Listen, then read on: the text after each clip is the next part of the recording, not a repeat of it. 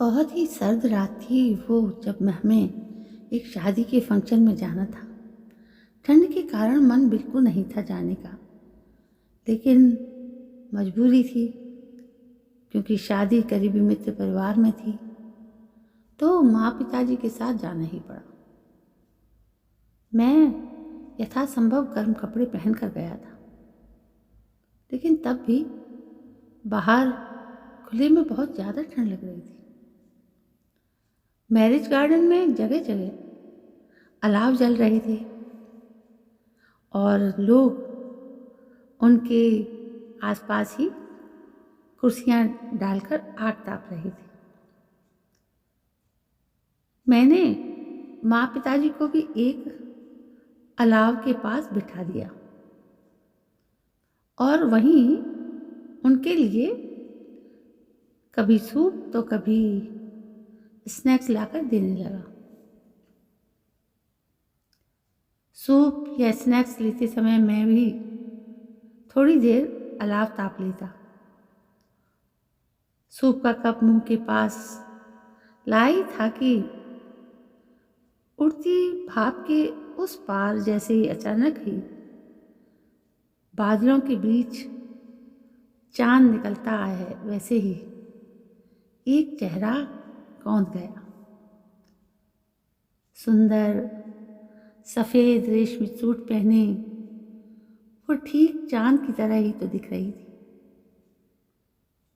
घने काले बालों की घुंघराली लटों के बीच उजला गोरा मुखड़ा बादलों से झांकते चांद सा ही तो दिख रहा था। वो भी अलाव के पास हाथ तापने ही आई थी। मैं पलक झपकाना भी भूल गया था। अपने जीवन में मैंने इतनी सुंदर लड़की कभी नहीं देखी थी।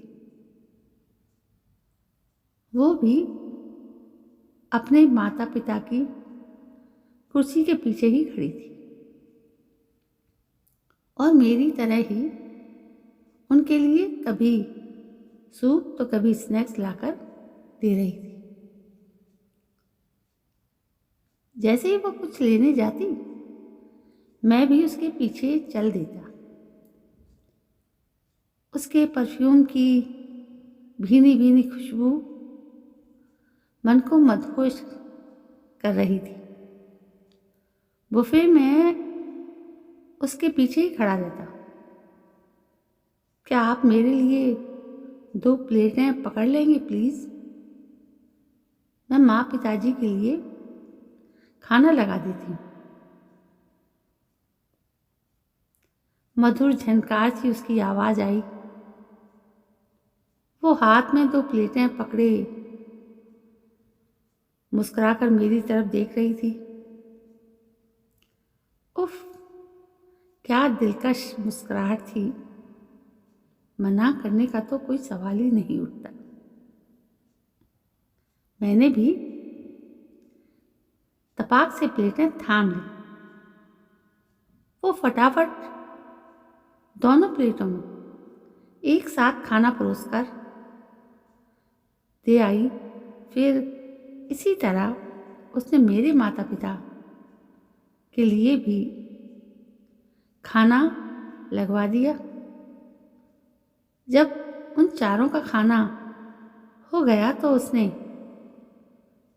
उसी दिलकश मुस्कुराहट के से कहा, चलिए हम भी खाना खा लेते हैं।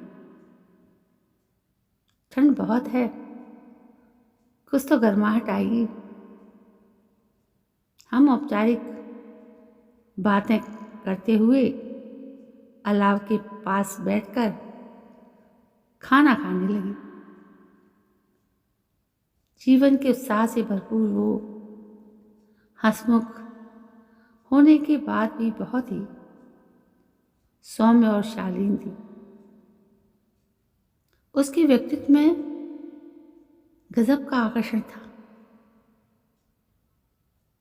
दूसरे दिन शादी में जाने का मेरा मन नहीं था पहले, लेकिन मैं बस उसके लिए गया।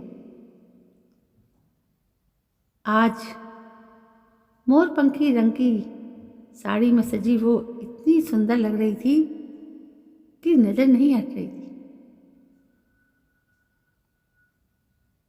वो मुझे देखते ही मुस्कुरा गई। जान पहचान के लोगों से बातें करते हुए वो यहाँ वहाँ घूम रही थी, पर मैं तो ठहरा हुआ सा बस उसे ही देख रहा था। और अचानक महसूस हुआ कि मुझे प्यार हो गया है, उससे पहली ही नज़र का प्यार। कितना खुशनुमा, किसी के साथ अपनेपन का एहसास,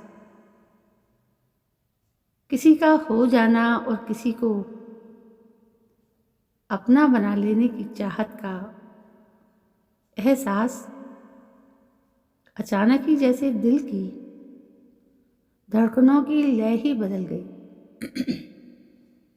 मैं एहसास के उस जादुई लम्हे में कैद हो गया और उस लम्हे के एहसास की सुगंध आज तक सांसों में भरी हुई है।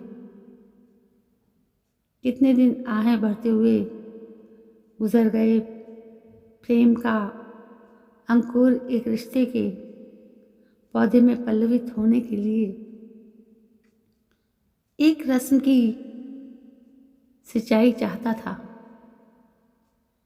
जब माँ से उसके बारे में बात की तो पता चला 15 दिन पहले ही उसकी सगाई हो चुकी है।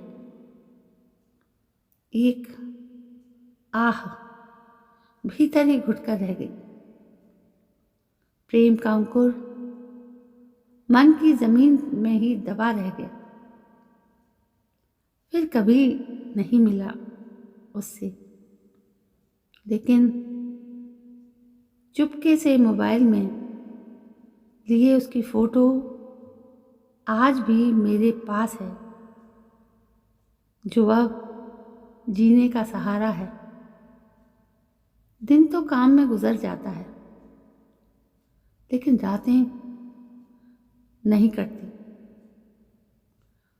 रोज रात में उसकी यादों का अलाव जला लेता हूँ और गम की अंधेरी ठिठुरन को उसकी आँच से पिघलाने की कोशिश में गुजार लेता हूँ। फोटो में कैद उसकी मुस्कान ही इस अंधेरे मन को दीपक बन रोशन करती रहती है। तो दोस्तों, ये थी मेरे प्यार की पहली कहानी, जो इस कहानी के माध्यम से आप तक पहुंची है। यदि आपको पसंद आई हो तो प्लीज़ लाइक, शेयर और कमेंट जरूर करें। इसके साथ मेरे चैनल को सब्सक्राइब करना ना भूलें। कल मैं फिर हाजिर होती हूँ, तब तक के लिए जय हिंद, वंदे मातरम।